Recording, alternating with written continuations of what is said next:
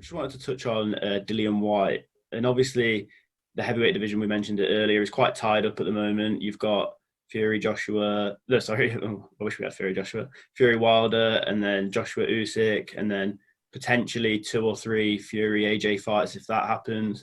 Where do you see Dillian Whyte's career going at this point? Because I think he's probably the one in, especially the UK heavyweight scene, where I kind of feel a bit sorry for him. That in any other, we said it earlier with another example, but in any other era, he'd have fought for a world title by now, maybe 2. But because he's been tied up behind all these other heavyweights, he hasn't really had the opportunities, apart from that first AJ fight, which was a big British fight, but at the time they were both young. He hasn't had the chances at a world level. What do you see as his path moving on after that Povetkin win? Doey, what do you think? First thing to catch in here is that some people will say that Whyte has had his chances, and as in, final eliminators, and then things happened. So, he chose to not fight Joshua when Joshua was looking for an opponent. When was that? Whenever that was.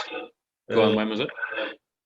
Was it after the American when Ruiz stepped in for Jarrell Miller? Yeah, thank you very much. That was it. Yeah. So when Miller failed his test, people will say Dillian Whyte didn't get. People will say Dillian Whyte had his chance then. Yeah, maybe he didn't have enough time. Maybe the full camp. I don't know. But people will say that. People will say that he turned down fighting Luis Ortiz in a final eliminator. Debatable one. I mean, he was number 1 with the WBC for 2 years. Did he need to? Anyway, so just to sort of appease those guys, that Dillian Whyte's had his chances. But where does he go? I think, without being harsh on Dillian Whyte, his best hope is vacated titles. We talked slightly about Luke Campbell earlier on, if you're watching the full length, or in a different video if you're watching the trimmed version. We talked about Luke Campbell and how does he win a world title. It's probably going to be a vacated title somewhere. And I think it's the same for Dillian Whyte. I could feasibly see, and this is a bit of a random one, I could feasibly see Dillian Whyte fighting Joe Joyce for a vacant world title in 18 months. If Fury loses to Wilder or Joshua, I don't know. I could see it happening. This is really random, but I do love the Joe Joyce Takam fight that got announced this week. I think that is a really good fight for Joe Joyce, especially coming off the back of the Dubois win. I think that's a really good fight. Greg, if you were Eddie Hearn or Dillian Whyte's promoters now, what fight would you be looking at as a potential fight? Obviously, he has to fight on pay-per-view now. He's a pay-per-view star.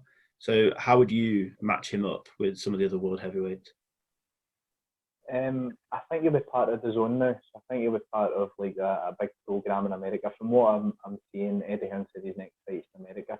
I would have thought his best path would have been Trevor Bryan, the WBA regular, but Daniel Dubois is on that route now. As we know, he beat Paul Dandino, and that basically put him in line to fight Trevor Bryan.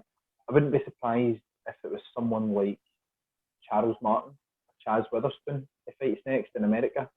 But yeah, I think his best shot is if there's an upset in the heavyweight division and the titles all become scattered.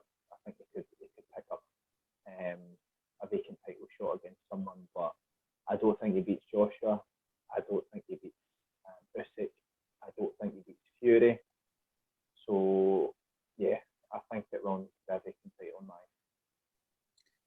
Going back to your point, though, about him having chances, I do think, though, he has got a really good resume. To say he's never actually fought for a world title, he's got a resume of some better than some fighters who actually won the heavyweight title. So I think that is something you do have to give him credit for, even though it's not for a world title. He is still fighting your Povetkins, your Parkers, your Whites twice.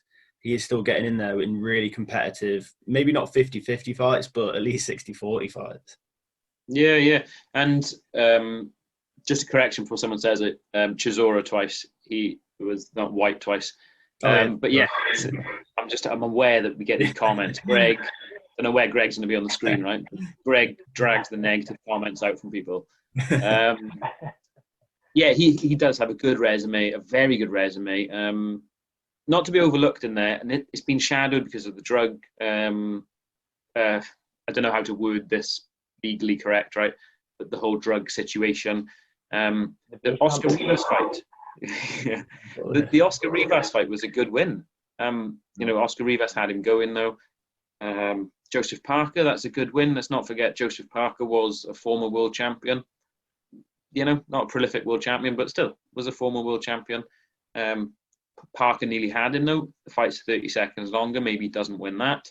So you're right in that he's got a lot of 50-50, 60-40 type fights on his record.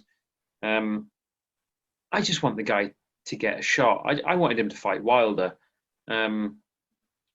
That's what I wanted. So, but yeah, my little summary: vacated title somewhere along the line. I think that's what happens with Dillian Whyte.